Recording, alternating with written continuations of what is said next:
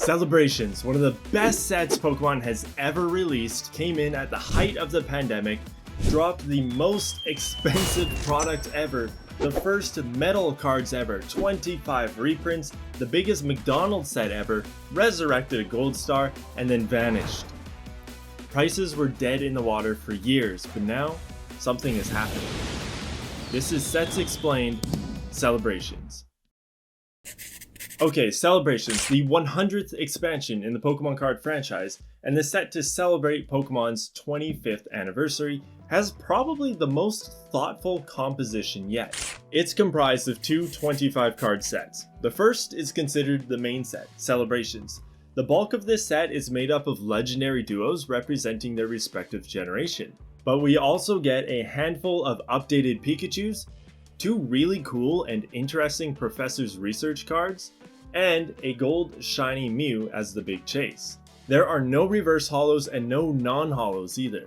The second set, named the Classic Collection, is a series of reprints from the original 1999 base set all the way to the Sun and Moon series. Some cards are chosen for their cultural impact, while others are included due to their dominance in the TCG. Interestingly, every single one of the cards from the Classic Collection retains its original card number and copyright date, minus the Wizards of the Coast text, of course, but they can't be mistaken for the originals because they each have a big, fat, yellow stamp on them. In fact, everything Celebrations related has this Pikachu stamp, with only a few exceptions. Each of the Classic Collection cards is fully textured as well, something that didn't exist when many of the originals were made, and they all have the confetti holo pattern, which is typically reserved for McDonald's cards, but is fitting for the anniversary. Each booster pack has only 4 cards, and since the Classic Collection is considered a subset, pulling one, which was one in about every 3 to 4 packs, was considered a hit. Of course, Celebrations was a special set, so you couldn't buy individual booster packs. You'd have to get collection boxes. Celebrations has a bunch of promo cards only available through collection boxes, and honestly, this lineup is pretty insane. Many of the promos feature vintage card designs applied to modern Pokemon who weren't created when those designs were made. Lance's Charizard V is an owner's Pokemon, something we didn't see in the Sword and Shield era outside of some niche cases, but would actually return a couple of years later near the end of the Scarlet and Violet era. Dark Sylveon feels more special though, because Dark Pokemon haven't returned, making this card the only Dark Pokemon since the old days, unless you count Dark Gyarados of course. These products were both transformed into a tin version, and then combined into one big box. Of course, we have the Elite Trainer Box. I only own a couple of these, I promise. This was unlike other ETBs as it came with 10 Celebration boosters, but also 5 more Sword and Shield booster packs. And of course, the promo for this is the Greninja Gold Star. Now, Gold Stars are some of the rarest and most expensive Pokemon cards, period. They came and went in the early 2000s and were actually kind of forgotten compared to how mainstream they are today. But like I mentioned earlier, Greninja wasn't made yet when Gold Stars were around, so this was a great throwback. Another throwback is Dragapult Prime, which came in its own collection box with a binder. Prime cards were kind of like the EXs of the Heart Gold and Soul Silver series, and like Dark Pokemon, they never returned, making this Dragapult entirely unique. Zacian got the same treatment with Level X. However, this collection box is called the Deluxe Pin Collection rather than the Zacian Level X box. No Jumbo is included with this one, but my favorite pin ever is. Check this thing out. It's so satisfying to play with, like a fidget toy. The Pikachu V Union box came in 2 sizes, but both included the phenomenal Jumbo and V Union cards. This extremely underrated promo features 25 Pikachus, all drawn by different artists, combined into one image. But I'll never understand why this card isn't talked about more. This product also came with a Professor Burnett card too. We also got this collector's chest, and this thing kicks butt. No, I don't actually use it for lunches, it's the promos that make it awesome. 3 more modern Pokemon with vintage throwbacks. Light Toxtricity, freaking Delta Species Mimikyu, and Hydreigon SP. It also came with the typical stickers and whatever else, I don't even care. I love these promos so much and I regret not getting a second set. They were also available in the Prime collection, which added the Dragapult to the lineup. However, I've never seen one of these in person. They were exclusive to the UK for a while, and then when they actually did come over to North America, it was an Amazon exclusive, and I don't think it was on Amazon.ca. We also have the mini tins. For some reason, I had the best luck with these, and actually this is where I pulled my Charizard and Umbreon. They come with 2 packs, an art card, and a coin. Okay, maybe you can tell I'm ripping through these. Celebrations had a lot of products, and I ate it all up. I even bought the binder, which came with nothing, by the way, just the binder and no promos. And the mini binder too, although I refused to use it. But I didn't buy the deck box, although I still want one. But the jumbo binder came with cards. Jumbo cards.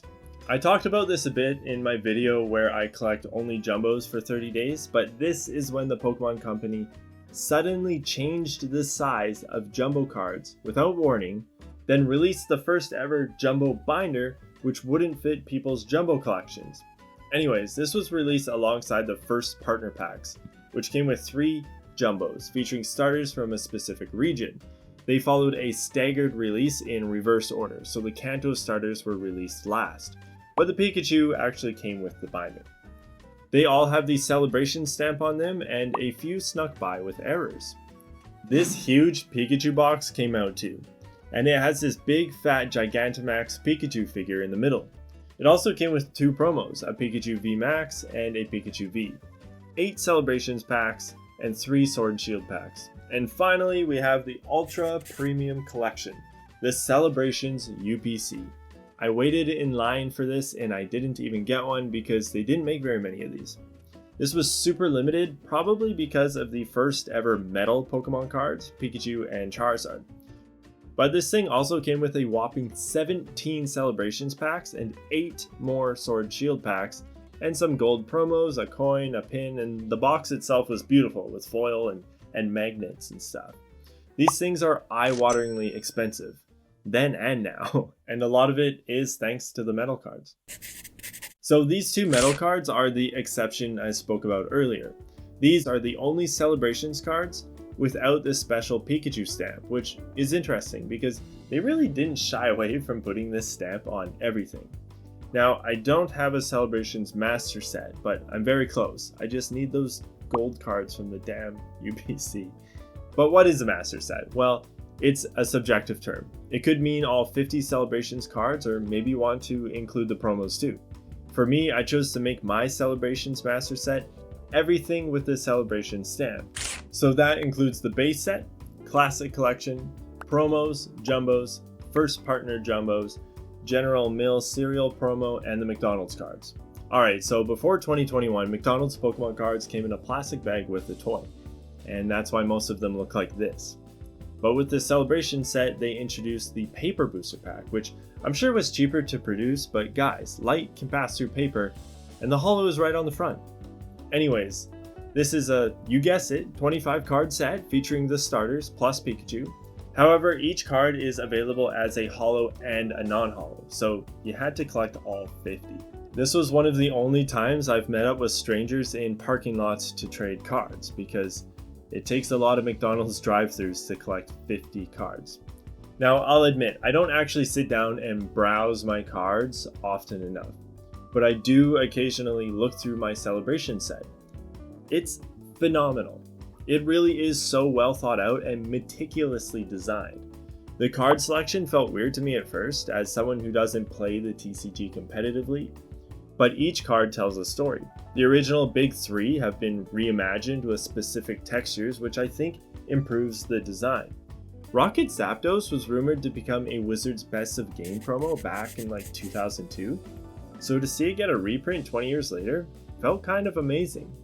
This set was an opportunity to own some incredible cards like Shining Magikarp, Birthday Pikachu, Mew EX, Umbreon Gold Star, and the black and white full arts, all for under $100. Cards like Donphan Prime and Claydol were included because they were so important in the TCG when they came out. Everyone either had these cards in their deck or they had cards to counter them. The Pokemon Company wanted to tell a story with this card selection, and they did. But now a new story is unfolding. So this year, in 2025, we're experiencing this huge boom in Pokemon cards.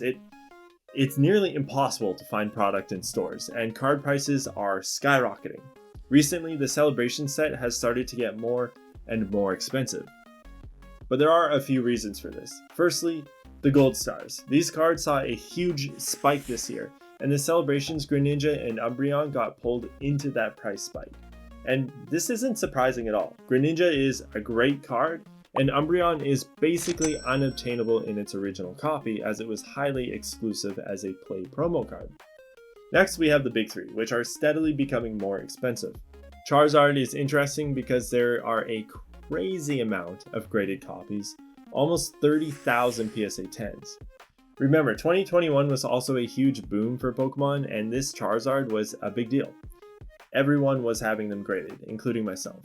And so the price kind of plateaued for a long time, but now it's done what Charizard does and is starting to creep up. And the metal cards. Okay, long story short, the paint chips off the edge of these. They're so fragile that they were coming out of the packaging with chipped edges. To make matters worse, they were chipping inside the graded cases too. PSA even stopped grading them and then started grading them again and then stopped again, and I honestly don't know where they are right now. Because of how fragile they are, a PSA 10 is very rare and therefore very expensive. As I outlined in a previous video, the world's most expensive cards come from being very rare and having a low population. These metal cards aren't that rare, but they didn't make very many. And very few of them are gem mint. Hey, if you like this new format that I'm doing, like the video so I know that you like it, and let me know which set you want to see me cover next.